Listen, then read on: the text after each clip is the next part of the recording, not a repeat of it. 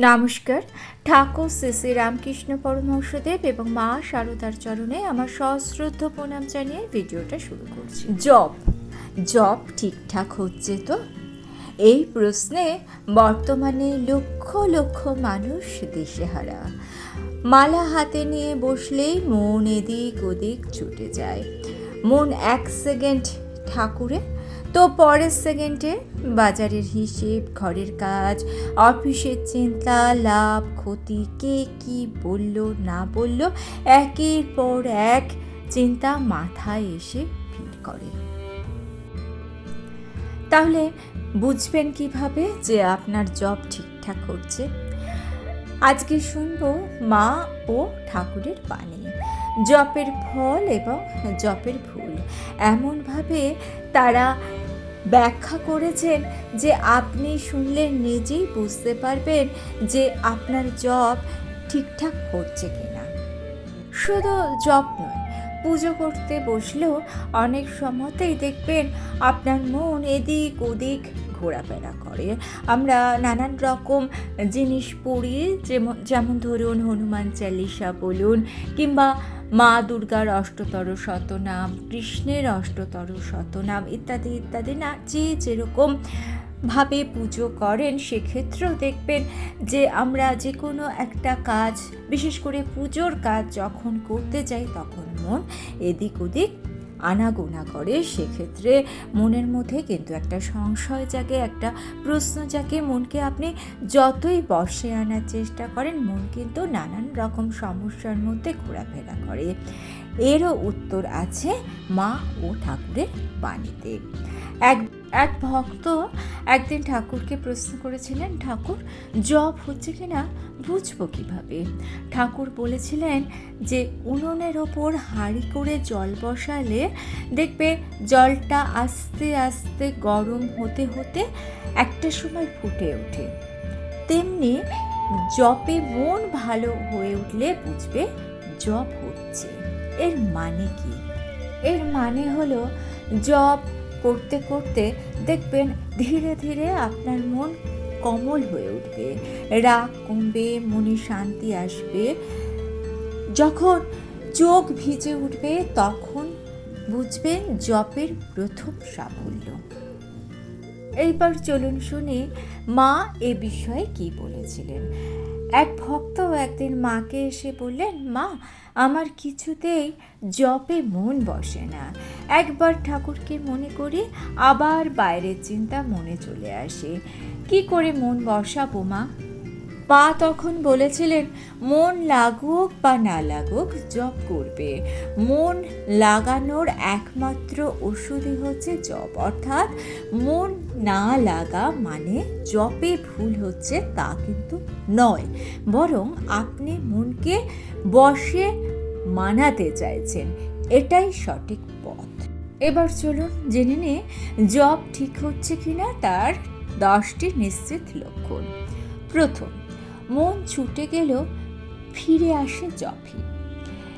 শ্রী শ্রী ঠাকুর বলছেন, মন বাঁধো, ছুটে যাক, তবুও তাকে ডেকে আনো।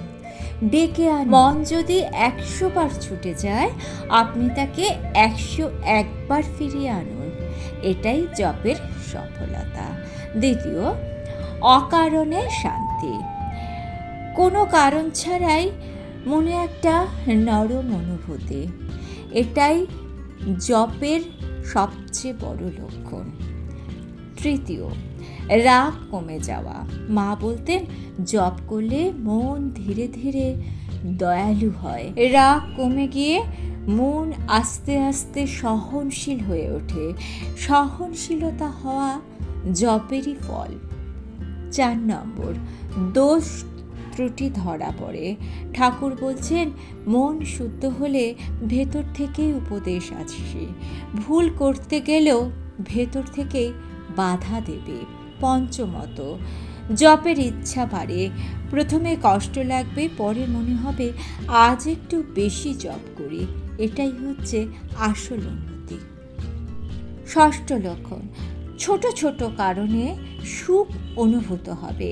এমন সুখ যা টাকা বা মানুষ দিয়ে পাওয়া যায় না। যেমন ধরুন, আপনি কোনো অবলা পশুকে একটু খেতে দিলেন, আপনার মনটা হয়তো খুব ভারী হয়েছিল। আপনার বাড়ির উঠোনের সামনে যে দুটো অবলা প্রাণী আপনার দিকে সুন্দর মিষ্টি চোখে তাকিয়ে থাকে, আপনাকে বলে খুব খিদে পেয়েছে গো, একটু খেতে দেবে? আপনি যদি ঘরে যা কিছু আছে একটু গুছিয়ে ওদেরকে ভালোবেসে খেতে দেন, দেখবেন আপনার মন হঠাৎ করে ভালো হয়ে গেল। এর কারণ আপনি খুঁজে পাবেন না, আর এই ভালো লাগা আপনি কোনো দিন কোনোভাবে কোথাও থেকে কিনে নিতে পারবেন না।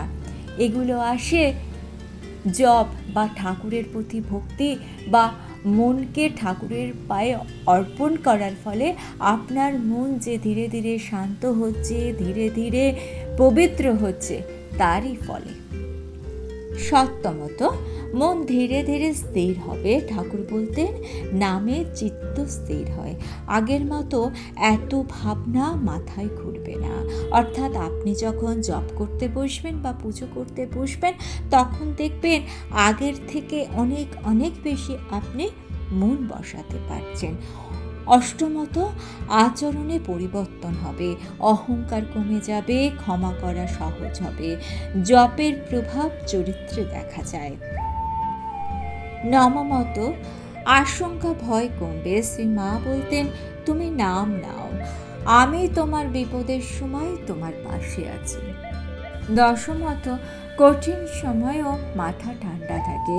যে মানুষ জপে অগ্রগতি করে, ঝড় তুফানেও সে থামে না। এবার জানবো কেন অনেকের জপ ঠিক হয় না। প্রথম, শুধু ঠোঁটে জপ নয়, মনেও জপ করতে হবে। ঠাকুর বলছেন, ঠোঁট নড়ে মন অন্যত্র, এতে ফল নেই। জপের সময় মন অন্যত্র যদি যায়ও, তাকে নিয়ন্ত্রণে আনতে হবে। একটু উদাহরণ দিয়ে ধরুন, আমরা এখন সবাই কম বেশি কিন্তু মোবাইলে অ্যাডিক্টেড হয়ে পড়েছি। মোবাইল আমাদের প্রয়োজনে লাগে, কিন্তু আমাদের অ্যাডিকশনও এর প্রতি একটু বেশি। তাই যখন জপ করবেন বা পুজো করবেন, তখন মোবাইলটাকে পুরোপুরি সাইলেন্ট করে দিন। না হলে কিন্তু আপনার মনের মধ্যে ঘোরাফেরা করবে, আপনার দরকারি মেসেজটা আসলো কি না, আপনার ফোনটা আসলো কি না, কিংবা আপনি জব করছেন বা পুজো করছেন, তখন যদি ফোন চলে আসে, তখন আপনি আর সেখানে কনসেন্ট্রেট করতে পারবেন না। ফোনটা না ধরলেও আপনার মনে হবে তাড়াতাড়ি করে ফোনটাকে ধরতে চাই। তাই টোটালি ফোনটা আপনার সামনে থেকে সরিয়ে দিন। মোবাইল যেহেতু আজকালকার দিনে মানুষ বেশি ব্যবহার করে, তাই মোবাইলের প্রসঙ্গ দিলাম। ঠাকুর এবং মায়ের সময় যে মোবাইল ছিল না, এই কথা সবাই জানেন। আমি জাস্ট একটা উদাহরণ দিলাম যে মন আমাদের যেমন যত্রতত্র এদিক ওদিক ঘোরাফেরা করে, সেটা একটা বড় কারণ মোবাইল। তাই এরকম যাতে না হয়, মোবাইলটাকে সরিয়ে দিন আর মনটাকে নিজের কন্ট্রোলে রাখার চেষ্টা করুন। দ্বিতীয়, তুলনা করা। ওর জব এত, আমার জব এত, এই যে তুলনা, কারোর সঙ্গে এই প্রসঙ্গে কোনো কথা বলতে যাবেন না। সবার ঘরে ঈশ্বর বাস করেন, কিন্তু সবার চিন্তা ভাবনা সমান হয় না।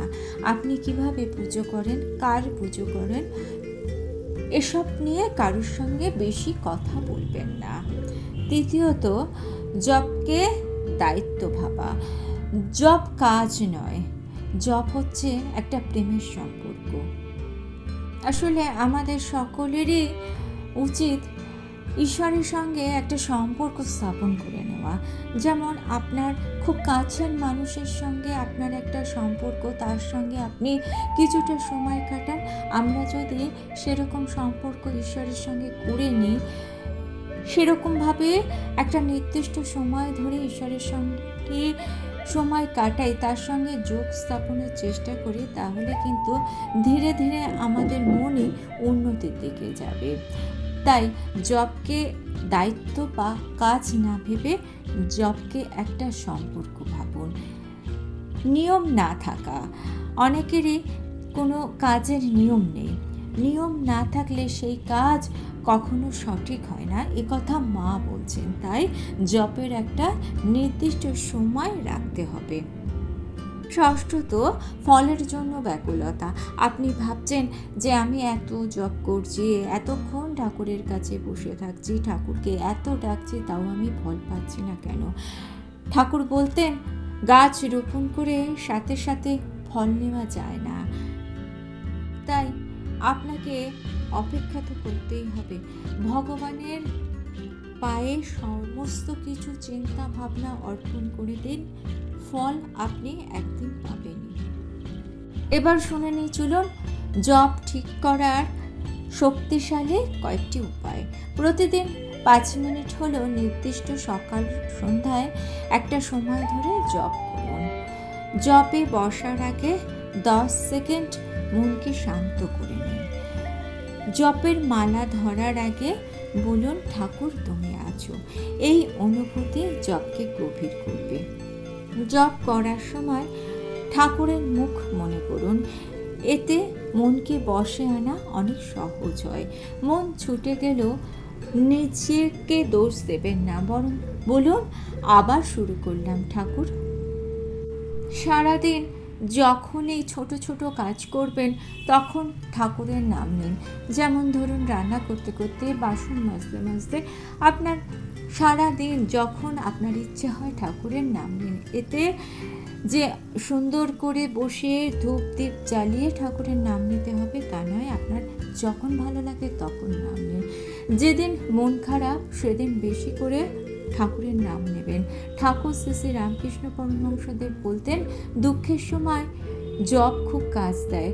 দুঃখের সময় ভগবান আমাদের কাছে থাকেন, তাই দুঃখের সময় বারে বারে ঠাকুরের নাম নিন। সব শেষে বলি, জব ঠিক হচ্ছে কিনা তা বোঝার সেরা উপায় আপনি জব করতে বসছেন, এটাই তো বুঝিয়ে দেয় যে আপনি ঠাকুরকে চাইছেন, ঠাকুর আপনাকে চাইছে। শ্রী মা শারদা বলছেন একদিন তুমি নিজেই বলবে এ জব আমায় বাঁচিয়ে রেখেছে। তাই সব সময় ঠাকুরের নাম নিন, ঠাকুর আপনার সঙ্গে থাকবে। জব কখনো ভুল হয় না, ধীরে ধীরে গভীর হয়। ভিডিওটা যদি আপনাদের ভালো লেগে থাকে চ্যানেলটিকে সাবস্ক্রাইব করে নিয়ে পাশে থাকা বেল আইকনটা প্রেস করে দিয়ে অল অপশনটা ক্লিক করে দেবেন, তাহলে যখনই নতুন কোনো ভিডিও আপলোড করব তার নোটিফিকেশন আপনাদের কাছে পৌঁছে যাবে। ঠাকুর ও মায়ের চরণে প্রণাম জানিয়ে আজকে এই পর্যন্তই। থ্যাঙ্কস।